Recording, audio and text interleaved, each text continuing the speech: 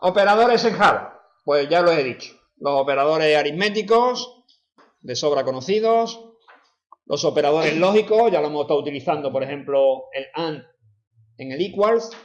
El O y el no son iguales. Una notación para que quiera saber más sobre la evolución perezosa de los operadores, también C la tenía. Operadores relacionales, pues también los de siempre. Mayor, mayor igual, distinto, igual.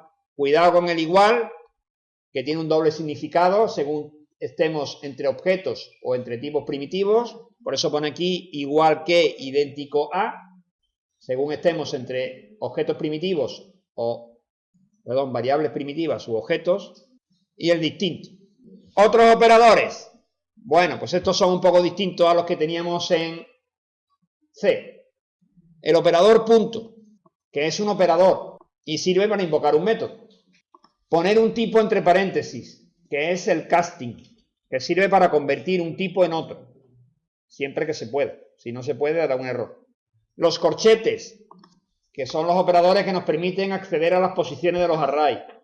El operador instance of, que nos devuelve si la variable de la izquierda es del tipo de la derecha. Y el operador new, que nos sirve para invocar a los constructores. Tenemos el operador de asignación, que ya sabemos lo que significa asignar. Y también tenemos los operadores de asignación que teníamos en C. Por ejemplo, el más igual, que es equivalente a A igual a más B. El A más, para valores de tipo entero, que suma 1, o el A menos menos, que resta 1. Recordar que el A++ es un operador de asignación, no es un operador aritmético de suma. Evidentemente, igual que pasaba en C, existe un orden en el que deben de ejecutarse las operaciones cuando no hay paréntesis. Ese orden viene dado por esta tabla. Cuanto más arriba, mayor precedencia, cuanto más abajo, menor. Los operadores con mayor precedencia, pues lógicamente son el operador punto de invocación a método, los paréntesis y los corchetes. Después los operadores más y menos de cambio de signo y los operadores más, menos, el casting y el new. Y a partir de ahí los operadores aritméticos, primero la división y después la suma, después los operadores relacionales y por último los operadores lógicos. Otras operaciones aritméticas. Para hacer otras operaciones aritméticas hay que recurrir a la clase de utilidad math, que tiene pues un conjunto de métodos que son métodos de la clase y que se invocan con el nombre de la clase por delante. Por ejemplo, tenemos ABS, que es valor absoluto, max y min, que devuelve el máximo o el mínimo de dos números, la función potencia y la función raíz cuadrada. Estos métodos son métodos de la clase y se invocan desde la clase math. Pongo un ejemplo que ya vimos, que era en la distancia otro punto, aquí, ¿veis? Invocamos al método raíz cuadrada poniéndole por delante math, punto. El método invoca, en este caso, a la raíz cuadrada o al método que sea. Hay que tener en cuenta que aquí no he puesto todos los métodos que tienen math. Por ejemplo, yo he puesto el máximo de dos enteros o el mínimo de dos valores de tipo long. Tiene versiones de máximo y de mínimo para todos los tipos. Para doble, para float, para int y para long. Para todos los tipos. No voy a ponerlos todos porque era una repetición. He puesto unos ejemplos de cada uno. Pero insisto que tiene todos los necesarios para todos los tipos numéricos. Claro. Tiene más función. Lo que pasa que, bueno, el que quiera verla, pues puede recurrir a la documentación de Java. Tiene aquí el enlace y puede ver todas las operaciones aritméticas que permite la clase math. Logaritmo, funciones trigonométricas, en fin, lo de siempre. Vamos con los tipos indexados o agregados. Vamos a ver. Este tema lo vamos a simplificar bastante en Java, entre otras cosas porque ya hemos visto abundantemente el uso del tipo array en C. Y en Java es básicamente lo mismo. Bien, vamos a entrar en detalle poco a poco. Primero, Java tiene tres tipos que vamos a llamar agregados indexados. Es decir, que se podrá acceder a un elemento mediante un índice. Eso es lo que significa que sean agregados indexados. También podríamos haberlo llamado colecciones indexadas. Colecciones indexadas. Significa que es una agrupación de elementos y que yo puedo acceder a un elemento en particular a partir de un índice. Eso os sonará, porque claro, ese es el concepto de array. ¿Qué era un array? Un array era una colección de elementos que yo podía recorrer mediante un índice. En Java existe también el concepto de array, igual prácticamente que en C. Sin embargo, nosotros lo vamos a usar muy poco. ¿Por qué? Porque tenemos un tipo de colección mucho más potente que el array, que es el tipo list. ¿Qué es el tipo list? Pues su nombre nos lo está diciendo. Es el tipo lista. Nosotros no vamos a trabajar con array, vamos a trabajar con el tipo list. Básicamente es lo mismo, es una colección indexada, pero es mucho más fácil trabajar con él. Los arrays, los habéis sufrido durante el primer cuatrimestre, suelen ser bastante engorrosos. Por ejemplo, pues hay que tener mucho cuidado, por ejemplo, siempre con el índice, que si empieza en 0, que si acaba antes de que acabe el array, que si tengo que llevar siempre el tamaño a cuesta, porque una cosa es la dimensión y otra cosa el tamaño, y todos esos engorros que ya conocemos. Además, cuando yo tengo un array y quiero añadir un nuevo elemento, no puedo meterlo por medio, tengo que meterlo al final. Así que hay una serie de cuestiones que con array, pues, no digo que no se puedan hacer, pero son bastante engorrosas. Sin embargo, con el tipo list, pues, desaparecen prácticamente todos los engorros que tenían los arrays. Y por tanto, pues pasaremos lógicamente a utilizar el tipo list y no el tipo array. Vamos a darlo de todas formas. ¿Por qué? Bueno, nunca está de más que sepáis cómo se declara un array en Java. Pero vuelvo a insistir que realmente no los vamos a usar. Porque el uso que podríamos hacer con los arrays es el mismo uso que hemos hecho en C. Y no vamos a repetir, lógicamente. No estamos aquí para repetir. Es decir, que todo el tratamiento de arrays que habéis visto en el primer cuatrimestre se podría hacer exactamente igual en Java. Exactamente igual. Entonces, ¿qué indexado vamos a ver? Pues vamos a ver básicamente el tipo list. Bueno, ¿y por qué he metido aquí el tipo string? Porque el tipo string también es una colección indexada. Lo que pasa es que es una colección indexada muy peculiar.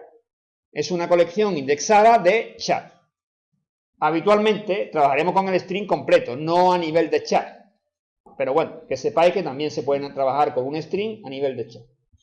La principal ventaja de utilizar arrays en Java es que no tenemos que estar arrastrando el tamaño, no tendríamos que estar arrastrando el tamaño en todo momento, que era el principal engorro que tenían los arrays en C, que debíamos diferenciar entre dimensión y tamaño.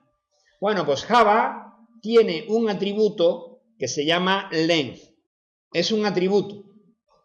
Significa que, dado un array, yo siempre puedo saber su tamaño real. ¿Cómo? Invocando al atributo length de ese array. Ahora lo veremos con un ejemplo.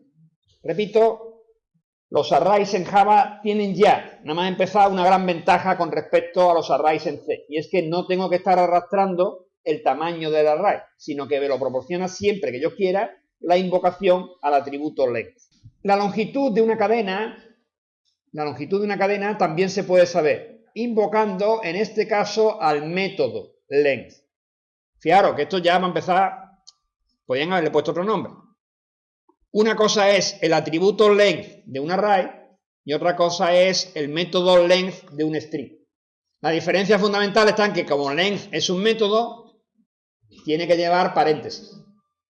Y como length es un atributo, no lleva paréntesis. ¿Y el tamaño de una lista? Bueno, pues el tamaño de una lista se sabe siempre invocando al método size, que esta vez le han cambiado el nombre. Y entonces es un método. Y tiene paréntesis, como veis, porque esto que es un método. Por ejemplo, voy a definir una cadena. ¿Cómo puedo yo saber la longitud de esa cadena? Cuando yo pongo ese punto en Eclipse, me sale un desplegable con todos los métodos que yo puedo acceder a partir de un objeto de tipo string. Entonces, si veis viendo, por ejemplo, Charat, que es el primero, Y aquí tengo una pequeña explicación. Dice charat, devuelve un char, recibe un entero. Y la explicación dice, devuelve el carácter, el valor del carácter del índice especificado. Si el índice está entre 0 y menos 1. El primer carácter en la secuencia es la de índice 0. La siguiente es de índice 1 y así sucesivamente. Por ejemplo, si yo quisiera ver cuál es el primer carácter de la variable string o de la cadena string, pues yo pondría char add de 0. Le doy a ejecutar y me dice que C. Por ejemplo, que quisiera ver la longitud, como he dicho antes, pues tendría mostrar S punto, y ahora busco por aquí hasta que llegue a la L, están por orden alfabético, entonces está el length, le doy a ejecutar y me dice que 13, tiene 13 caracteres. Contemos, 1, 2, 3, 4, 5, 6, 7, 8, 9, 10, 11, 12 y 13, por supuesto contando los blancos. 13 caracteres. Fijaros que yo puedo invocar a muchísimos métodos que me permiten hacer pues, modificaciones en la variable string. Por ejemplo, podría concatenar, podría preguntar si contiene una subsecuencia o no. Por ejemplo, vamos a utilizar este. Imaginaros que yo quiero preguntar si la secuencia S contiene o no la subsecuencia Java. Me dice que sí. Fijaros que si se la pusiera en minúscula, Java, me diría que no. Es decir, que distingue mayúscula de minúscula, por supuesto. Vamos a definirnos una lista. Fijaros, cuando se define una lista en Java, tiene que ser de un tipo objeto, no puede ser de un tipo primitivo. Es decir, por ejemplo, yo no podría definir una lista de int, no podría. Tendría que ser una lista de integer. Lo veremos más adelante, os voy a poner de momento cómo se invoca el constructor. Así tendría formado una lista para enteros. ¿Cómo se añaden valores a esa lista? Pues miraros, yo pongo list, punto, y el método se llama add. Por ejemplo, el 4. Por ejemplo, el 56. Por ejemplo, el menos 23. Por ejemplo, el 67. ¿Qué es lo que he hecho? Pues fijaros, lo que tengo es una lista de enteros. ¿Y qué es lo que he hecho? He añadido a esa colección el 4, el 56, el menos 23 y el 67. Si yo quisiera saber cuántos elementos hay en esa lista, pues pondría mostrar list.size y me devolvería 4. Si yo quisiera mostrar todos los elementos del list, 4, 56, menos 23, 67. Que yo quisiera mostrar el elemento que está en la segunda posición. La segunda posición es la de índice 1, porque la primera es la de índice 0. El 56. Es decir, lo que quiero haceros ver con esto es que manejar colecciones de objetos en Java es mucho más sencillo que en C.